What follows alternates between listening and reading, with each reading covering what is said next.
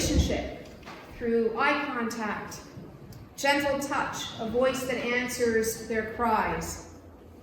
When a caregiver smiles and holds and soothes, the infant's neural pathways for trust and safety are literally formed. Scientists call this whole process attachment. It's really love in motion. When a baby is held close, their heart rate slows.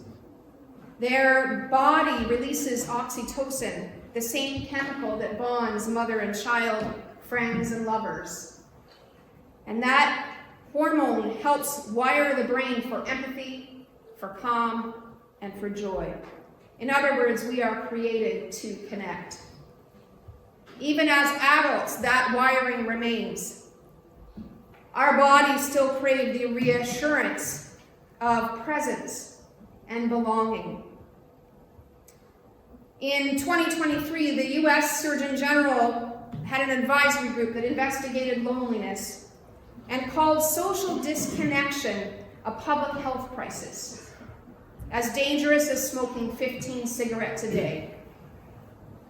In Canada today, 60% of people say they feel little or no sense of community, and over 1 in 10 report feeling regularly lonely. Do you feel lonely? Sometimes I do. Abraham Maslow, you've probably heard of him. His hierarchy of needs is one of the most well-known frameworks in psychology. So he suggested that human beings are motivated by a series of needs, arranged kind of like a pyramid, from the most basic survival needs at the bottom to the deepest spiritual and creative needs at the top. And as lower needs are met, we naturally move to higher needs.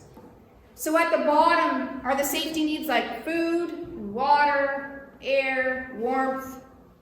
And then above that is the safety needs of stability, protection, predictability. And right above that is love and belonging.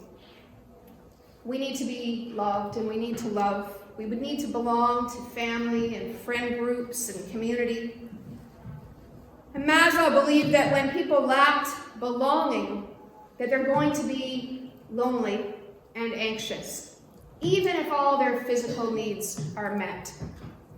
That's why disconnection and rejection hurt so deeply, and it's why love has the capacity to heal most profoundly. It's also why Jesus redefined family. When we think of belonging, some of us think about our families. It's our first and sometimes our most intimate circle of connection.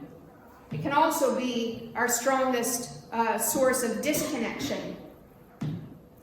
But Jesus did something radical with the idea of family, and he radically expanded that idea.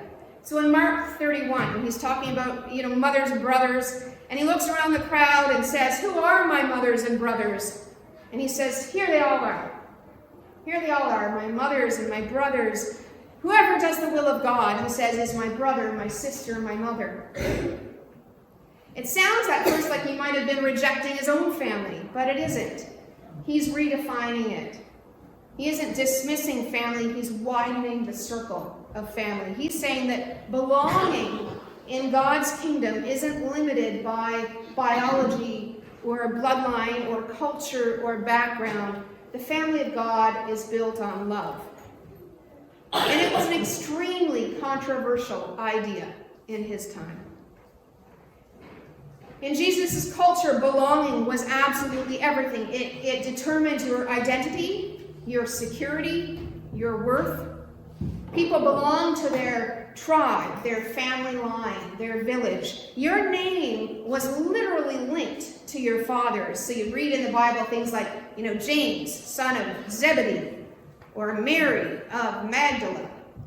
So to be cut off from your family or tribe meant losing your place in the world. And the social structure of the time was very, very rigid.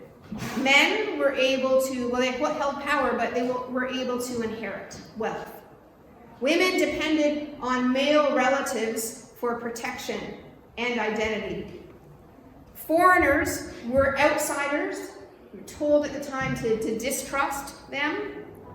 Lepers and the sick were excluded from worship, and community literally had to live outside of town.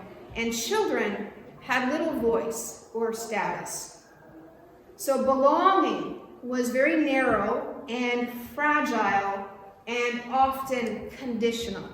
You belonged if you were pure enough or powerful enough. If you lived like everyone expected you to, then you were in. And if you didn't, you were out. And then came Jesus, who radically redefined family and community. And everywhere he went, he broke the boundaries of who belonged. So he reached out and touched people who were sick, which you weren't supposed to do. He spoke with women in public, something no respectable rabbi did. He ate with tax collectors, who were despised at the time as collaborators with the Roman Empire. He healed Gentiles, that meant foreigners. He healed them, he spent time with them, and he praised their faith. And he lifted children into his arms and said, the kingdom of God really belongs to these. And each of those moments, in a way, was a quiet revolution, which all added up to his death. With every meal and every healing and every conversation, Jesus was saying, there's room for everyone here. You belong.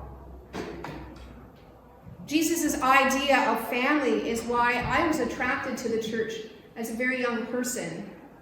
Truthfully, I never quite felt that I fit anywhere growing up. I felt that, I was interested in things that typically teenagers were not interested in. I was going to church twice a week, right? It's not normal.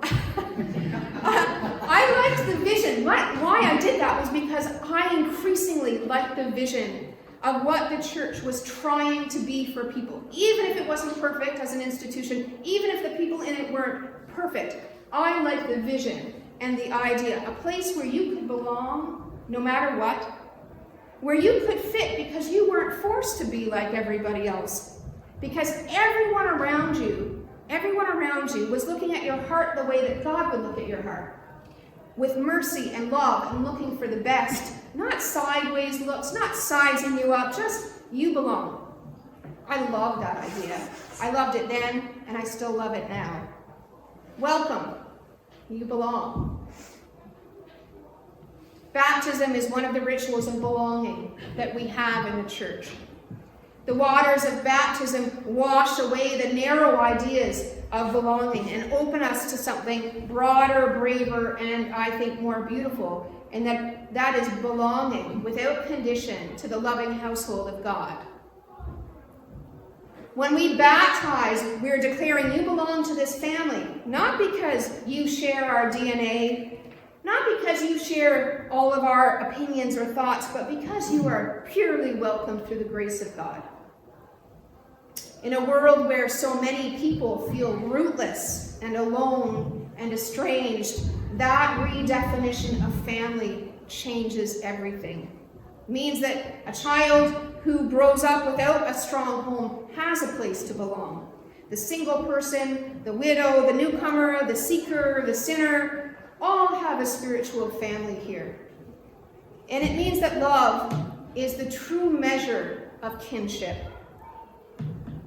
When the water of baptism is poured, it's as if God whispers again that what we were meant to know from our birth, that you belong, you are loved, and you are mine. When we are at our best as a church, every person who wheels or walks through our door feels safe and feels like they belong. That this sanctuary is a safe place for their heart in whatever condition it is. Belonging lives here. That's what we're about, especially if you feel broken, tired, flawed, lonely, grieving, anxious, angry, or like you don't fit. You belong. Doesn't matter who you love, how you love, or why you love, or even if you can love, you belong. Black, red, yellow, white, striped. Lots of faith, no faith, not sure about faith at all. Kind of scary. Faith. You belong. I hope that you all felt that you belonged when you walked through that door.